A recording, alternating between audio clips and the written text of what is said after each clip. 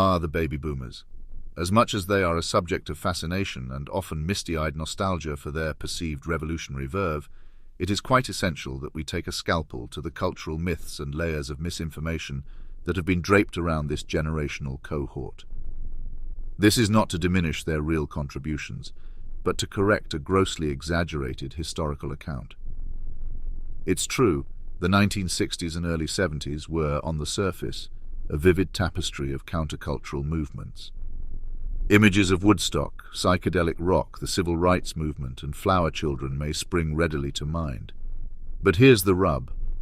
These romanticized images are a tiny snapshot, a sliver of the vast sea of baby boomers. The overwhelming majority were never found dancing in muddy fields, dropping acid, or burning their draft cards. They were more likely to be found in offices, factories, suburban homes, or even, dare I say it, in support of the Vietnam War. The so-called hippie movement, with its free love, drug experimentation, and radical political leanings, was indeed loud. Their visibility, accentuated by media attention and the sheer audacity of their actions, painted an overblown image of their actual numbers. The counterculture, for all its flamboyance and rhetoric, was but a sideshow to the mainstream culture of the baby boomer generation. Most were rather conventional in their beliefs, values, and life trajectories. Did you know that Richard Nixon, hardly a darling of the left, was elected twice during the height of this supposed countercultural revolution? He ran on a platform that appealed to what he termed the silent majority. And who were these silent masses, if not the non-hippie, non-radical baby boomers? It's a classic case of misdirection.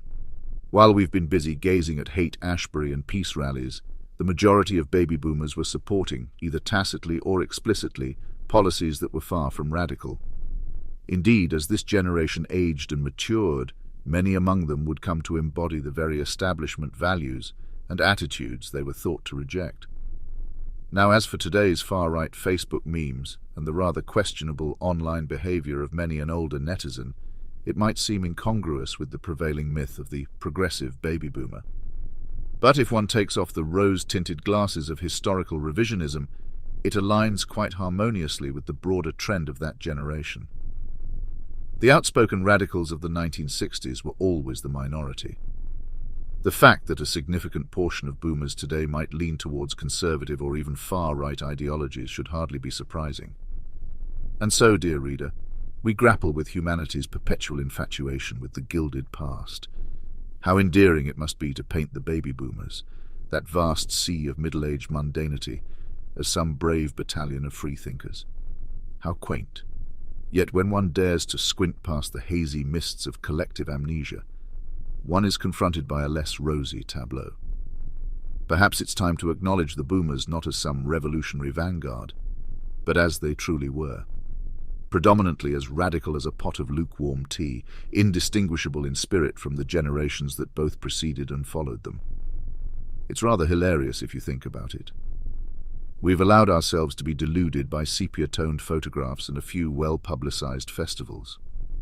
The great boomer legacy, a generation that for the most part clung to regressive ideals and now shares half-baked Facebook conspiracy theories from the comfort of their recliners.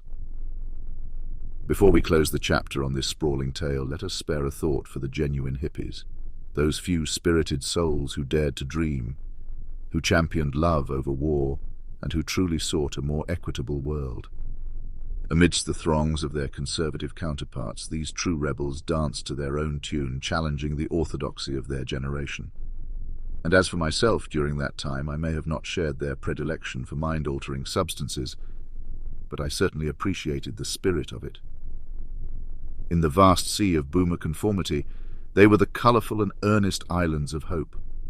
May their spirit, if not their numbers, continue to serve as the genuine legacy of their times.